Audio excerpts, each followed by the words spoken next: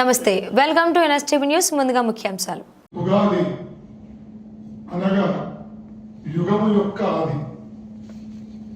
ఇది రాను రాను ఉచ్చారణలో ఉగాదిగా అయింది.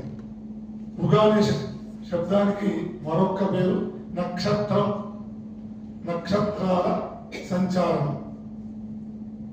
ఇదంతా కూడా దైవిక సంబంధమైన సబ్జెక్టు. సైన్స్ కూడా ఇందులో ఉంది. ఇందాక పొన్నాపట శ్రీనివాస గారు పద్యపఠనం చేస్తూ ఇక్కడ ఈ అంశాలన్నీ కూడా వరాహ మిహిరుడు కొన్ని వేల సంవత్సరాల క్రితమే ఆస్ట్రాలజీ, ఆస్ట్రానమీ, మ్యాథమెటిక్స్, వేదిక గణితం ఇవన్నీ కూడా మనకి ఎప్పుడూ అందించారు. ఇది ఒక సైన్స్. దీన్ని కరెక్ట్గా కోఆర్డినేషన్, సమన్వయం చేస్తే శాస్త్రము, సైన్స్ ఈ రెండు కూడా ఒకటే. తెలియకుండా మనము కొందరు మూఢాచారం అనుకుంటాం, కానీ ఇదంతా కూడా ఖగోళంలో ఏర్పడేటువంటి మార్పులే ఈ పంచాంగం. ఇకపోతే ఉగాది రోజు మనము ఏం చేయాలి, చేస్తే ఏమిటి ఫలితం? ఉగాది రోజు పంచాంగ శ్రవణం చేయాలి. పంచాంగ శ్రవణం చేస్తే ఏమిటి ఫలితము? ఊరికే ప్రయోజనం లేకుండా ఎవరు ఏ పని చేయరు. అప్రయోజనముద్దిశ్య నమంతోపి ప్రవర్తతే.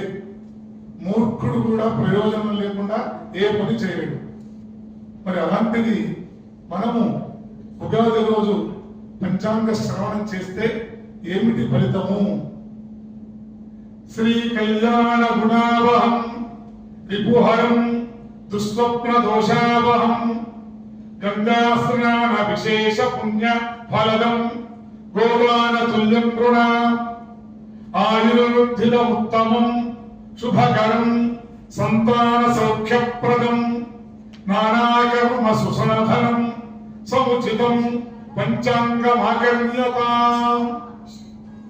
ఉగాది రోజు పంచాంగ శ్రవణం చేస్తే ఎన్ని ఫలితాలు ఉన్నాయో మహనీయులు ఒకే శ్లోకంలో చెప్పారు. శ్రీ కళ్యాణ గుణావహం, శుభప్రదమైన మంచి ఆలోచనలు కలిగిస్తుంది. రిపుహరం, ఆంతరంగిక బహిరంగిక, ఇంటర్నల్ ఎక్స్టర్నల్ ఏవైతే శత్రువులు ఉంటారో తొలగిపోతారు. దుస్వప్న దోషావహం, కొందరికి చెడు కళ్ళు పడుతూ ఉంటాయి పడుకోగానే.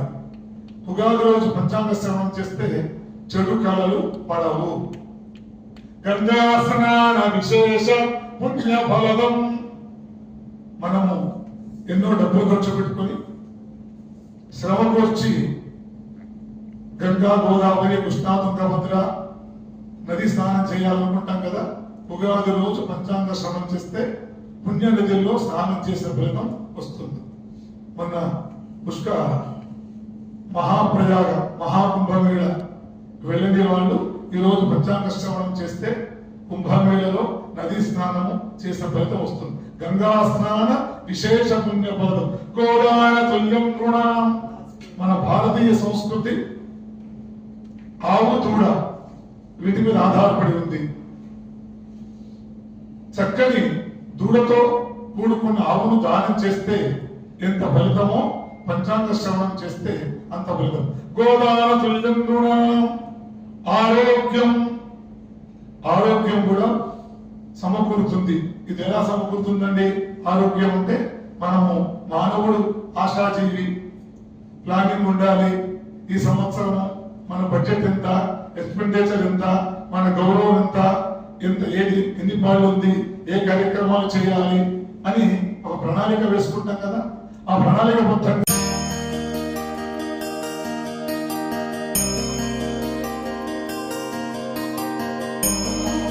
పచ్చని ఆశలు, తీయని విజయాలు కలిగిన సంవత్సరం కావాలని కోరుకుంటూ తెలుగు ప్రజలందరికీ Paramita group of schools Karimnagar వారి శ్రీ విశ్వవసునామ సంవత్సర ఉగాది శుభాకాంక్షలు.